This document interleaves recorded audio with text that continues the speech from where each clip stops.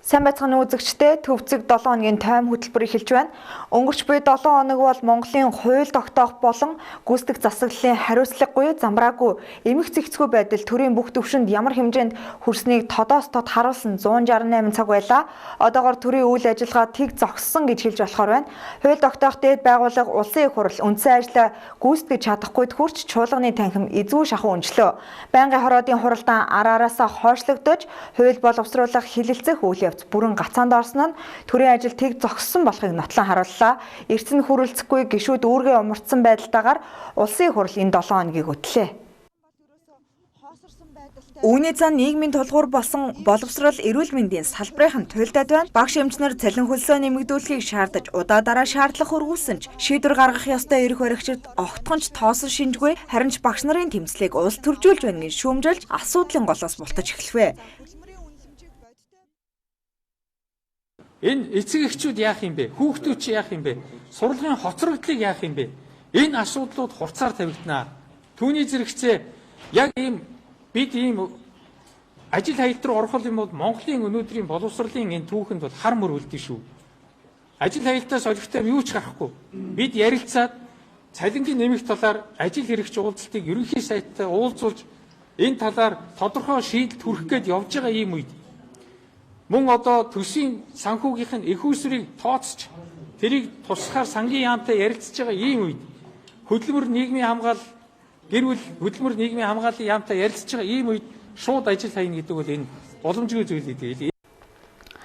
Эрүүл мэндийн салбарт ч эсэргүүцэл ширүүсэж, эмч сувилагчид ажлын ачаалал, амьдралын баталгаагүй нөхцөл туйлдж байгаагаа ил тод илэрхийлж төрийн ордны гадна суулцаарлаа.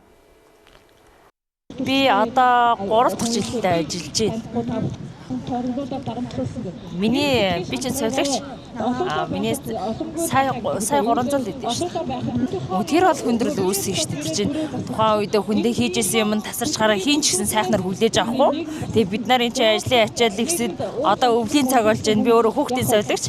Ажлын ачаалал айгүй их байдаг. Дээрээс нь ингээ ганц юм тасарлаа, ар гэрлүүн захин би чинь бас л өөртөө амьдарч яж байгаа хүмүүс те. Ямар хариу үйлдэл үзүүлэхээ зарим нь яг за тэгье гэдэг. Зарим нь болохоор ямар ядаргаатай энэ танд чидээ өөртөө авчдаггүй мө гэдэг. Энд чинь нөгөө цаанаасаа тасарч байгааг бид одоо яах вэ те. За би эрүүл мэндийн салбарт яг анх орсноос хойш бол 10 жил болж. За хамгийн анх намайг бол эмнэлгийн байгууллагад анх ороход бол цалин 350 байсан. Тэгэхэд одоо 10 жилийн дараа гэхэд одоо асрагчны цалин 950 мянга. 950 мянга. Тэгээд сувилагчдын цалин сая 200 мянга. Тэгэхэд юмны үн ингээд айгүй үнэтэй болцоод юмны үн өсөөд байхад бидний цалин үнэхээр хэмж чадахгүй нээрээ. Үйл ажиллагаа маань эрүүл мэндийн салбарт одоо 30 жилээр суулж байна. Халдвар хүчтэй үндэсний төвийн сөрөгийн төлөвлөлт яарч авсан юм бол бид одоо сүүлийн 2-3 жилийн хугацаанд давуу тал тавиагүй. Тэгээд нэг хурц тавин тэр маань шаардлага хангахгүй. Эрүүл мэндийн сайд чин бүрэн 181 тэрбум төгрөг төсвөөс гаргавал эмчнэрийн үндсэн цалин 15%-аар нэмэх боломжтой гэж мэдэгдсэн бол гэр бүл хөдөлмөр нийгэм хамгааллын сайд Авбакир багш эмчнэрийн цалин болон тэтгэврийг нэмэхэд нийт 830 тэрбум төгрөг шаардлагатай гэдгийг тайлбар тавилаа. За энэ маань одоо салбар болгоны одоо яамдуудын урсгал зардлаас тодорхой хэмжээнд одоо танах зайлшгүй шаардлага үүсэж байгаа. Жишээлх юм бол одоо манай гэр бүл хөтөлбөрийн нийгэм хамгааллын яам дээр хэрэгждэг хөтөлбөрүүдээс тодорхой хэмжээнд бууруулахаас барахгүй юм нөхцөл байдлууд үүсэх магадлалтай. Гэхдээ энэ маань улсын хурал дээр эцэл нь шийдвэрлэгдэх ёстой. За ахмад насны тэтгэврийн хувьд бол 8%-аар нэмэгдүүлэх асуудлыг одоо судалж шийдвэрлэх гэсэн байгаа.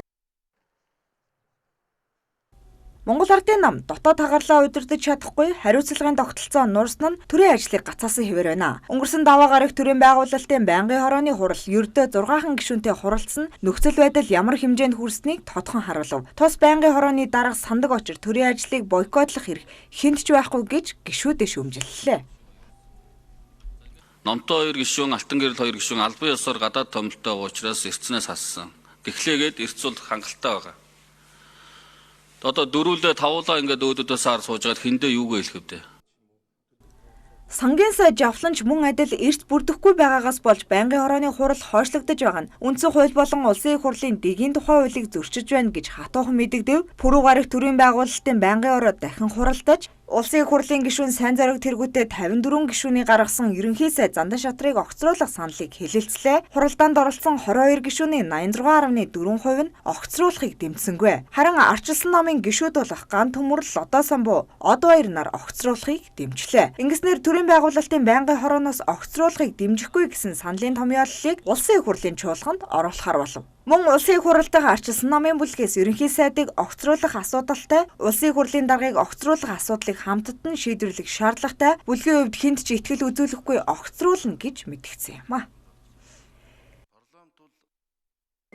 Багш эмчнэр нь гудамжинд гараад цалин тэтгэвэр маань, цалин хангамж маань хүрхгүй байна гэжсэн, ахмадууд нь тэтгэвэр хүрхгүй байна гэсэн эрчим хүчний салбар нь үйл болж байна, лав архтаа тулчихсан. Өнөөдрөөс эхлээд цас орж ийн. Нөгөө эдийн засаг нөхцөл байдал төсөв төлөвлөгөө энэ одоогийн эрх баригчдад огтхон ч хамаагүй юм байна. Зөвхөн албан тушаалын хинэрхэл энэ төвшөнд очиж байна. Тэгэхээр одоо яах ёстой вэ? Арчилсан нам болоод арчилсан намын бүлгийн зүгээс өнгөрсөн цаг хугацаанд хүлээцтэй бөгөөд бид нар зарчмын байр суурийг байнга тодорхой илэрхийлж, тодорхой шаардлагууд тавьж ирсэн. Эрх баригчдын хагарал энд хүрээд дууссангүй. Пүрэв гарагийн үдээс хойш улсын их хурлын дарга амар уйсгалан өөрийн хүсэлтээр үүрэгт ажилласаа чөлөөлөгдөх хүсэлт гаргав. Тэрээр хэвлэлээр яллаж байгаад албан тушаалаасаа чөлөөлөгдгийг шаардлага нь арчилсан нийгэмд байж боломгүй явдал гэдгийг онцолж үүнтэй хүчтэй тэмцэнэ гэсэн юм а. Би хүн биш хууль засгалдаг төр засагтай байхын төлөө улс төрийн намууд нэг хүний өмч биш хамтын удирдлагын байгууллагыг байлгахын төлөө парламентын засаглалаа төгөлдржүүлэн арчлал, эрх чөлөөгөө хамгаалахын төлөө Монгол Ардын намын даргад өрсөлдсөнийг та бүхэн мэдэж байгаа.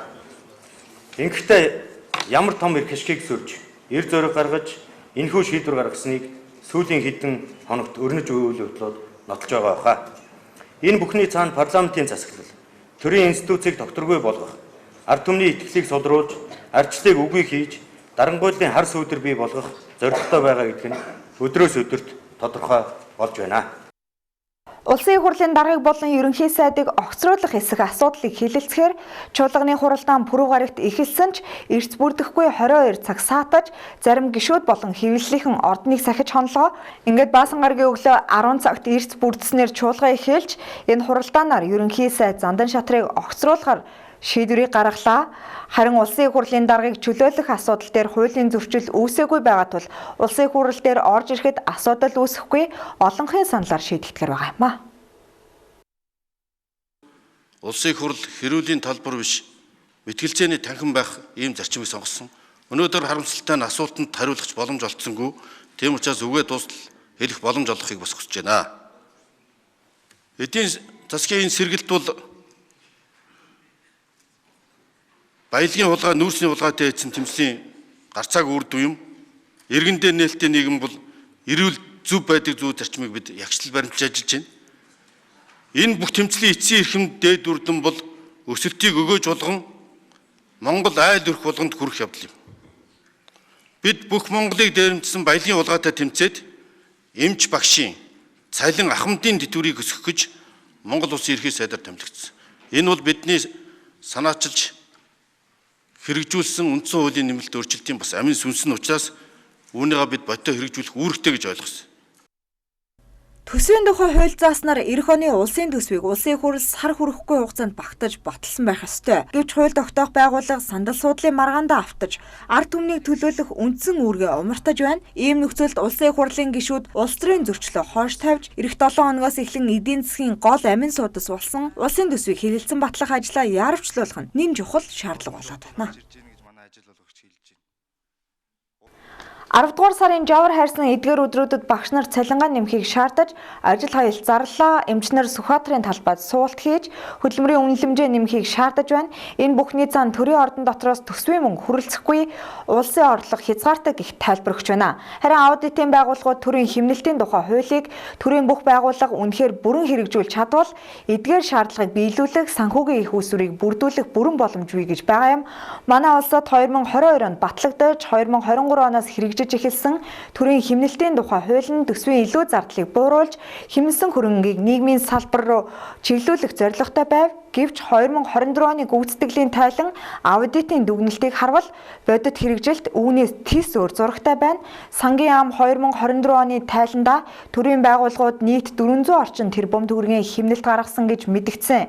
Гэхдээ энэ нь анх тооцоолсон 1.80 төгрөгийн зорилтын дөнгөж 40% хүрч байгаа үзүүлэлт юм а. Хэмнэлт хийсэн нэрийн дор зарим байгууллага зардлын ангиллаа өөрчилж хуулийн заалтыг тойрч гарсан нь аудитын дүгнэлтээр илэрсэн. Төрийн хэмнэлтийн тухай хуулийн хэрэгжилт үр дүнд нийслэлийн аудитын тайланд дурдсанаар зарим агентлаг хурал уулзалт, сургалт нэрээр гадаад томилтоор явсан зарим байгууллага шин тавилга тоног төхөөрөмж худалдаа авсан байна. Тухайлбал 2020 онд нийт 20 гаруй байгууллага шалгалт хийхэд 14-т зохион байгуулалтын зардал гэсэн шинэ ангилал нэмж өмнөхтэй адил зардал гаргасан нь илэрсэн байна.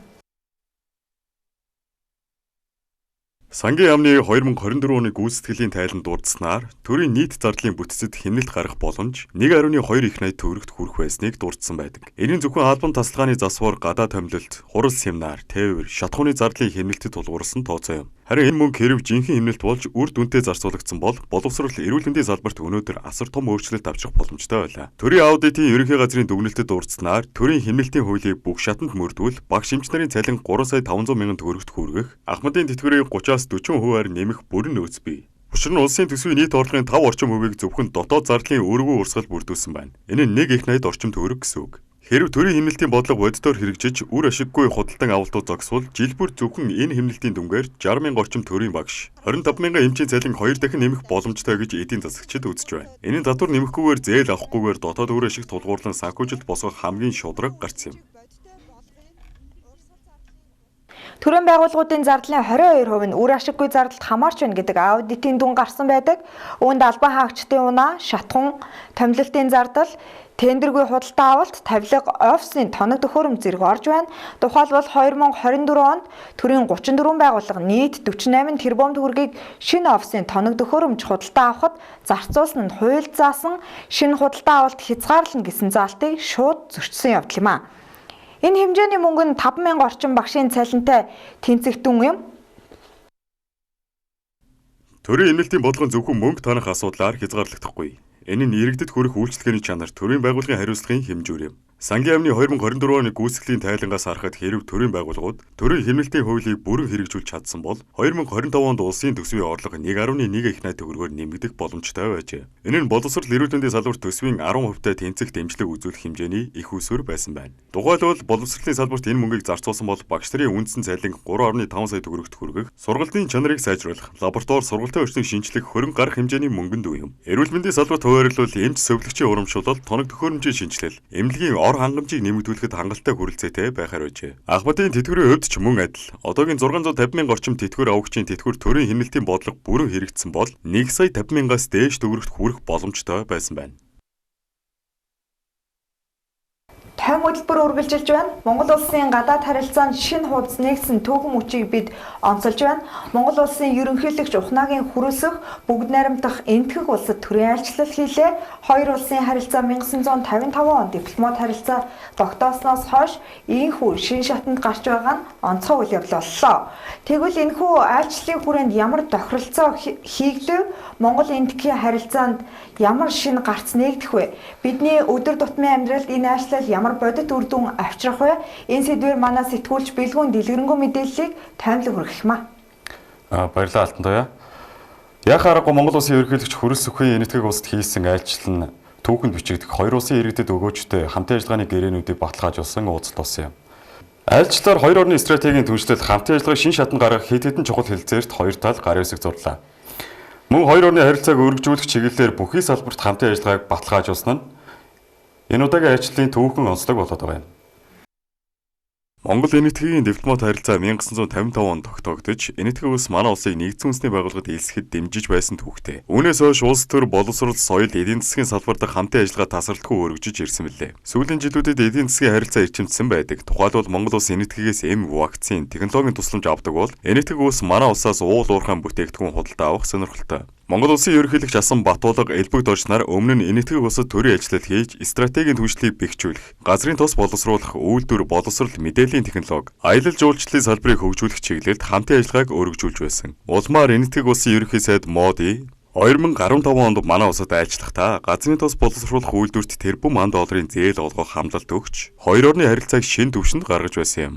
Энэхүү айлчлал нь эдгээр хамтын ажиллагааг үргэлжлүүлж Монголын эдийн засгийн бие даасан байдал, эрчим хүчний аюулгүй байдал шууд дэмжлэг үзүүлэх ач холбогдолтой байлаа. Иймээс манай хоёр улсын соёл, боловсролын хамтын ажиллагаа чухал байр суурь эзэлж байна. 1987 оноос эхлэн энэтхэгийн ITEC хөтөлбөрийн хүрээнд Монголын мэрэгжилтнүүд урт богино хугацааны сургалтад хамрагдаж эхэлсэн. Мөн 2003 оноос Монгол энэтхэгийн хамтарсан ахлах сургууль Улаанбаатар хотод байгуулагдсан ажиллаж байна. Монгол улсын их сургуулийн дэргэд санскрит хэлний тэйхэн байгуулах, төв номын санд хадгалагдаж буй эртний судар номыг тоон хэлбэрт оруулах зэрэг ажлууд энэтхэгийн техникийн тусламжаар хийгдэж байгаа юм. Сүүлийн жилүүдэд хоёр орны худалдаа эдийн засгийн харилцаа эрчимжиж, Монгол улс энэтхэгээс төрөл бүрийн эмийн түүхийд вакцин зэрэг бүтээгдэхүүн авч байна. Харин энэтхэг улс Монгол улсаас уул уурхайн бүтээгдэхүүн, коксчих нүүрс, хайлуур жонш, зэсийн баяжмал, уран, төмрийн хүтэр, ноос ноолоор худалдан авч байгаа юм. Энэхүү хамтын ажиллагаар манай улсын эдийн засгийн өсөлт, экспортын боломж, технологийн шилжилтэд шууд нөлөө үзүүлж байгаа. Мөн талууд газар тариалан, мал аж ахуй, малын эрүүл мэнд, байгаль орчны хамгаалал, цахим шилжилт зэрэг салбаруудад хамтран ажиллах боломжийг нэмэгдүүлж байна. Монгол улсын ерөнхийлөгч Хөрөсөхийн энэ удаагийн ажил нь Монгол энэтхэгийн дипломат харилцааны 70 жилийн стратегийн түвшлийн 10 жилийн хүрээнд хийгдсэн нь хоёр талын харилцаанд томоохон алхам болж байна.